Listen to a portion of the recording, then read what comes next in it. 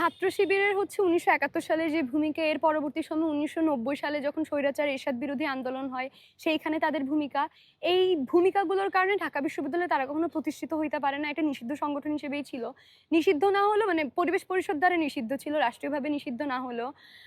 এটার মধ্যে দিয়ে আসলে ৭১ এর যে গণহত্যাকারী সংগঠন ছাত্র জামায়াতে ইসলাম এবং ছাত্র সংঘ, তাদেরই যে পূর্বসূরি ছাত্র শিবির, তারা আসলে একই রকমভাবে আমরা যদি ২৪ গণহত্যাকারী সংগঠন ছাত্রলীগ এবং আওয়ামী লীগের ছাত্র সংগঠন ছাত্রলীগের কথা বলি, ২টা সংগঠনই আমি মনে করি যে একটা গণতান্ত্রিক পরিবেশে রাজনীতি করার অধিকার রাখে না। কারণ তারা গণতান্ত্রিক কোনো সংগঠনই না।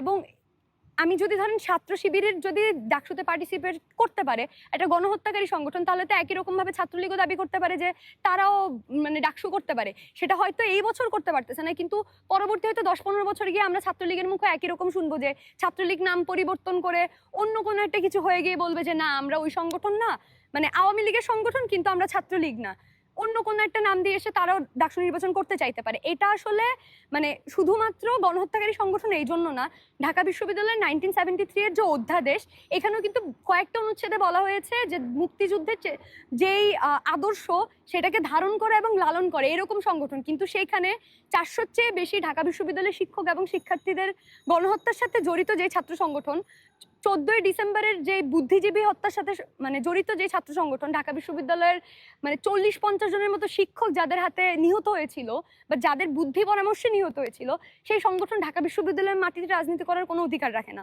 একই রকমভাবে ছাত্রলীগও এই বিশ্ববিদ্যালয়ের শিক্ষার্থীদেরকে রক্তাক্ত করার পরে এই বিশ্ববিদ্যালয়ে রাজনীতি করার কোনো অধিকার রাখে না। সেই জায়গা থেকে আসলে ২টা সংগঠনের কারোরই, ছাত্রলীগ এবং ছাত্র শিবির কারোরই আসলে ডাকসু নির্বাচনে বা ঢাকা বিশ্ববিদ্যালয়ের রাজনীতিতে অংশগ্রহণ করার কোনো অধিকার তারা রাখে না।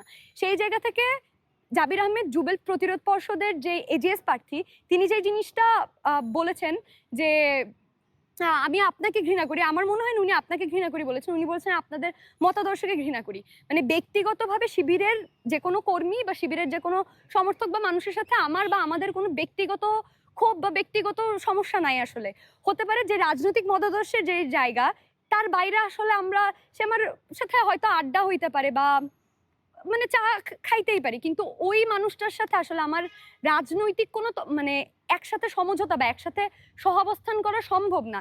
যেভাবে ছাত্রলীগের মতো যারা এই ধরনের আক্রমণকে ন্যায্যতা দেয়, ৭১ গণহত্যাকে যারা ন্যায্যতা দেয়, তাদের সাথে একসাথে সহাবস্থান সম্ভব না।